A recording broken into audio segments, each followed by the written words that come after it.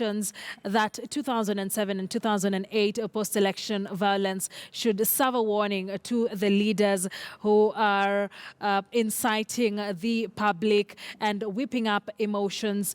But he's also asked that all the leaders and players in this particular election to support the IEBC, saying that any attack against the IEBC is an attack against a fundamental institution in this country, and its effects would be adverse. So I would like my guests to comment on that particular speech by the president before we go on a break. I will start with you, Alex. You seemed to be cheering on the president when he was speaking. Yes, as a neutral person on the issue. Are you laughing? I was glad first that he gave his commitment, not of his party. It is the government, Jubilee government, not Jubilee party. The Jubilee government, that the elections will be free, fair, transparent, credible, and of course peaceful. I am very happy because of that. Secondly, he was able to give his commitment that he is ready to accept whatever outcome of the elections because he has full faith in the election system and the process that have been set up to ensure that we have such an election. So I'm very happy. Those are the two things that I've gotten from his speech. Yes. Dismas. Well, I think the most important thing to take home from his speech is a reassurance on credible elections. That's the most important thing. But talking about having a peaceful election, in my view, all we need to do is to have a credible election. Because when you have a credible election, then peace is going to be a byproduct. The rest of the other shenanigans do not count for anything. And also for him reminding us of 2007 is a very painful memory because, again, we know it's because people were not willing to accept the outcome. And it will be important for Mr. Raila Odinga also to state the same, that he is going to concede defeat if the election is free and fair and credible. But more important, it's alarming when it's the head of the Jubilee administration who is trying to give us a guarantee that the elections are going to be credible. It's supposed to be really coming from Chebukati, from the commission. But he says he has faith in that electoral body.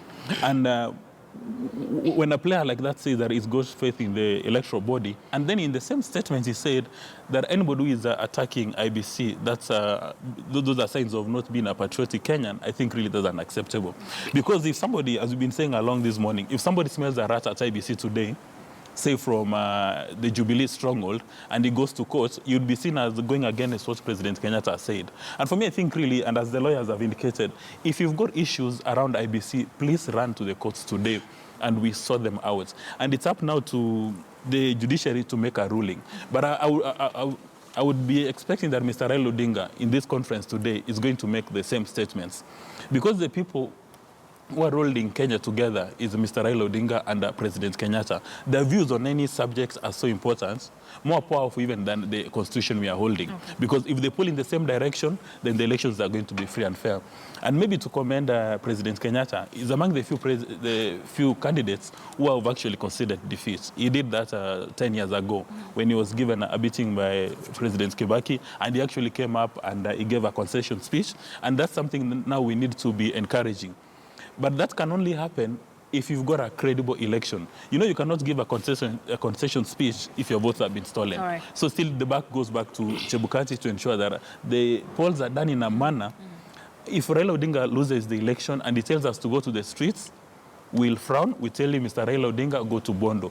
If the same happens to President Kenyatta, we tell him, go back to Kiambu. So that for the rest of the Kenyans, we go on building nation and looking money for Unga. All right, David, what did you pick out of that speech? Well, I think it's a good thing for the president to commit to peace and to commit to try as much as he can as the head of government to facilitate the institution mandated with delivering the election.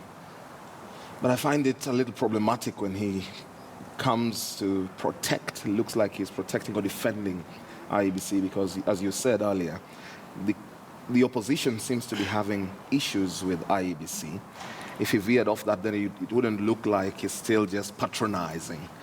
Be that as it may, you want to appreciate that elections in this country just create an opportunity for people to settle old scores. Sadly, ethnic scores.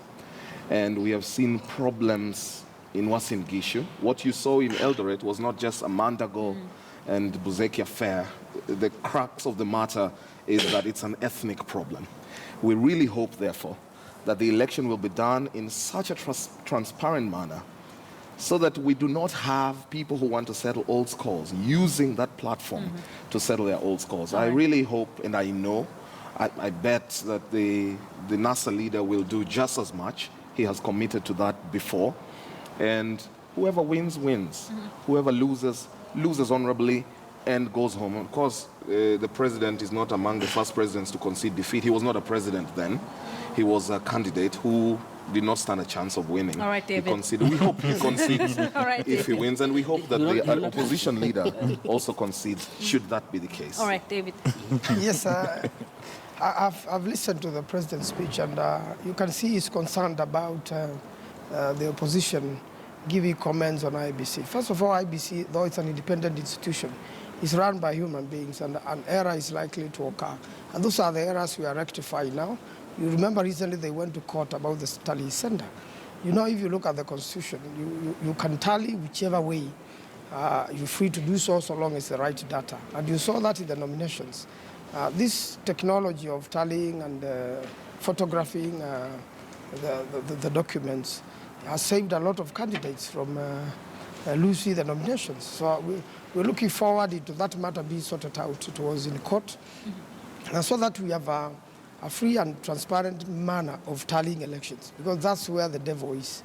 You do the elections very well, but when it comes to tallying and putting together the presidential vote, then you have a crisis, and probably IEBC is hijacked by an individual somewhere, or they are totally unable to control this. So we want a situation which is where there is transparency.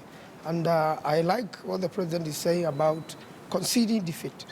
This is the second time I'm hearing it, saying it publicly while he's president. And I believe he's going to concede defeat on August 8th. So do you also expect the same sentiments to come from your party? The election is free and fair, and there's no need to go to court. Then if we lose free and fairly, we concede defeat.